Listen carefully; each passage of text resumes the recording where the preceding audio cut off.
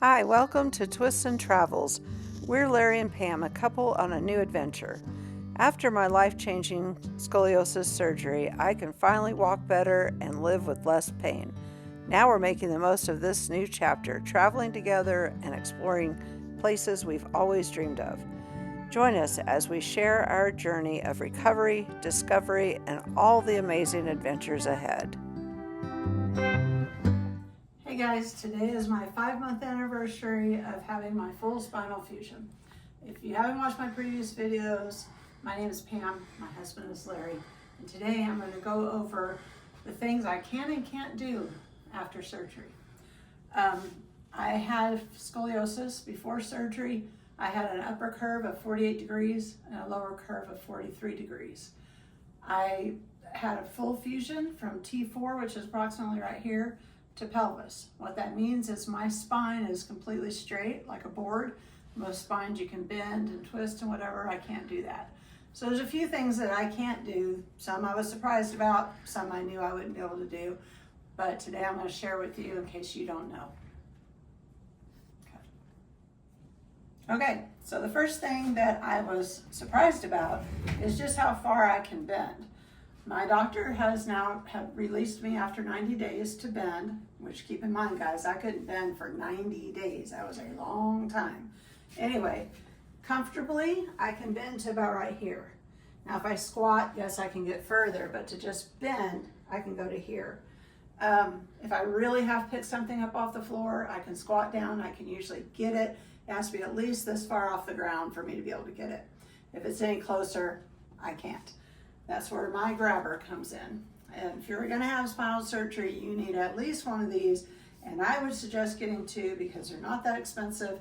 And when my first one broke after, I guess it was about 3 or 4 months, I didn't have one for 2 days till Amazon got me another one. So now I have two because I'm not going to be there again because my husband had to do everything for me. I could not reach anything.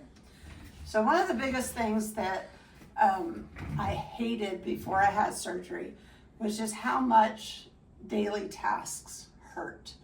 First one being laundry.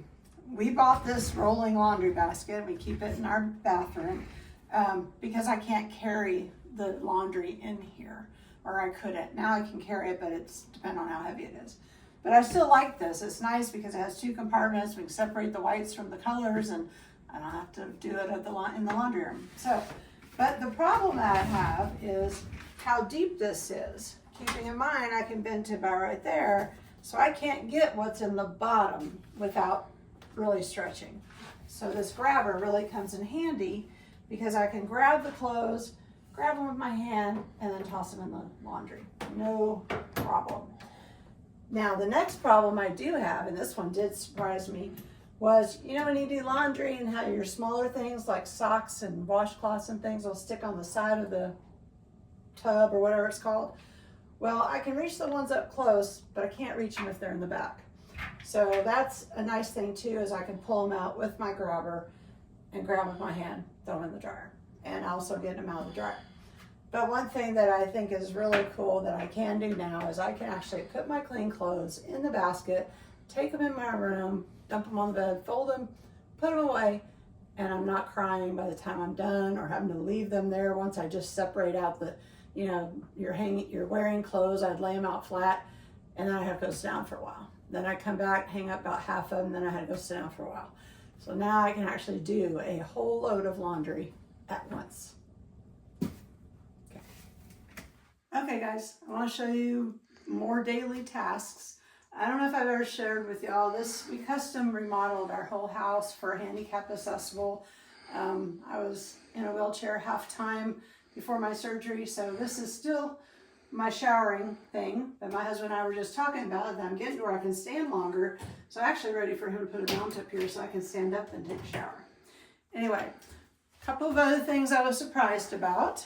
When I dry off, I can dry off everything to about my knees. Then I have to put this between here, dry off my low legs, dry off my feet, or my shin area and the top of my feet. And then I actually step on it to dry my bottom of my feet. It's kind of a pain, but at least I can do it myself now. In the beginning, my husband had to dry me off after a shower, which really kind of sucked. So I'm going to show you how I have to get dressed. I still have to use my grabber. And first thing I'm going to show you is my pants. You just have to imagine the underwear part because I have on my swimsuit. Anyway, I have to grab it, go down on them, and then put my foot in there. And I will say, because I am hopeful that we will start traveling, I bought some of these lightweight pants that they're slick. And honestly, it makes getting dressed so much easier because when I try to put on even my pajama bottoms or my jeans or whatever, they're a lot harder to get my leg in. And again, if y'all don't know already, this is the leg that had so much nerve damage and is very weak, so I still have to sort of lift it. So I get my pants on.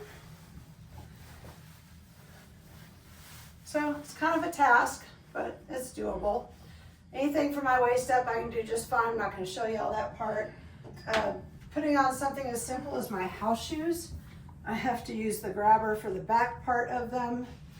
And I know some of you are going to probably say, why don't you use slip-ons? Because I don't like them, I trip in them.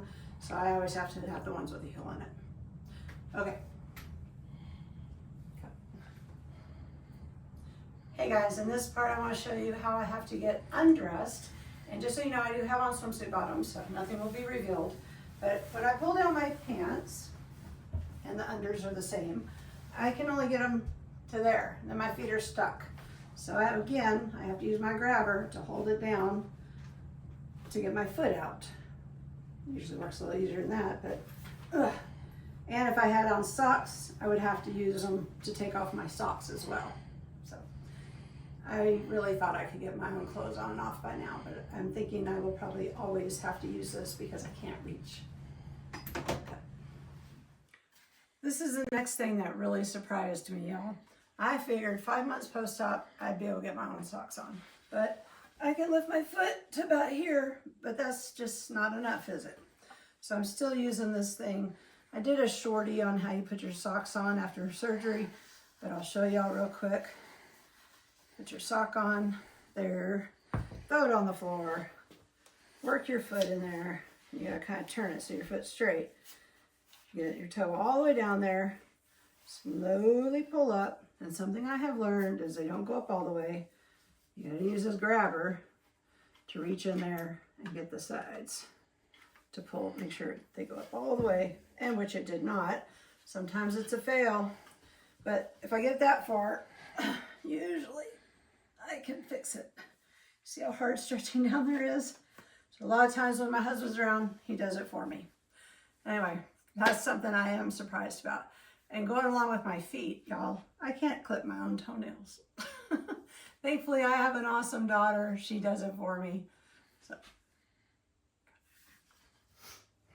Okay, y'all, the last part of getting dressed is the shoe.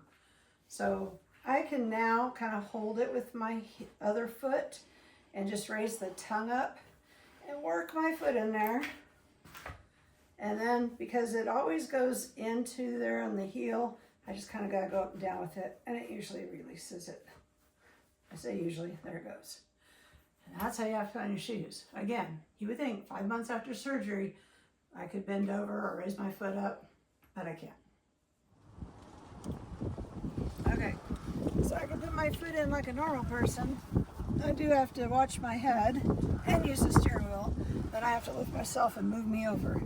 So not quite like a normal person, but pretty close. Okay, before I started healing very much, I had to use this stool to get in and out of the truck because the running board just wasn't big enough. And what I did is I stepped up here and slowly, well, I couldn't bend over, so let me try that again. So I have to go very straight. There's a grab bar here. And very slowly, usually I have my husband standing here, turn around and sit, and then get my head in, and then turn around. Now, however, I don't have to use this. I can get in and out by myself, but the passenger side is harder.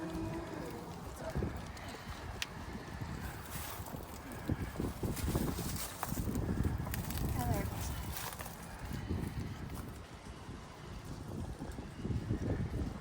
don't have to use the stool anymore, but it is harder to get in on this side because I don't do it very much. So again, I still have to kind of lift myself and move me over, but it's a lot better than when I had to use the stool to get in.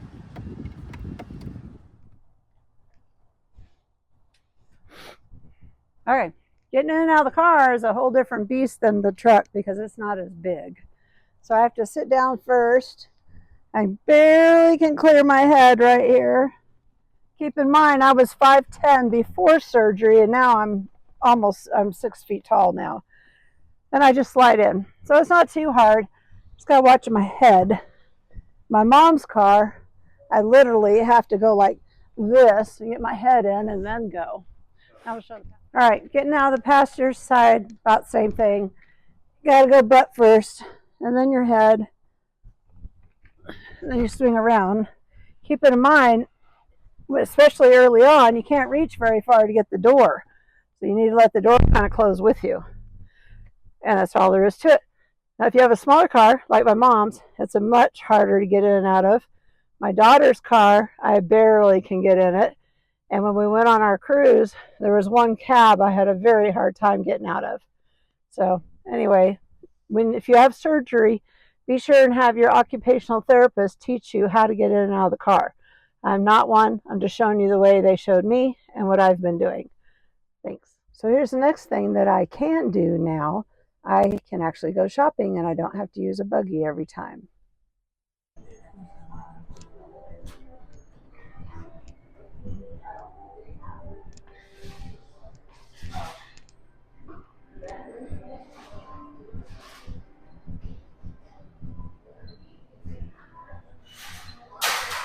Don't need that anymore. Okay, we had to turn off the sound on this clip because the wind was so strong you couldn't hear anything. I'm going to show my 4-year-old grandson here how he can climb out of my Suburban and right into a Sam's grocery cart. He's my little monkey. I taught him when he was about 2 years old how to climb up into the Suburban and into his car seat because Grandma couldn't pick him up. But last time we went shopping at Sam's and I taught him how to do this, I was pretty impressed that he could do it. Anyway, this makes our shopping much easier. See you in the next one. Please like, subscribe, ring the bell, do all the things, and we'll see you next time. Bye-bye.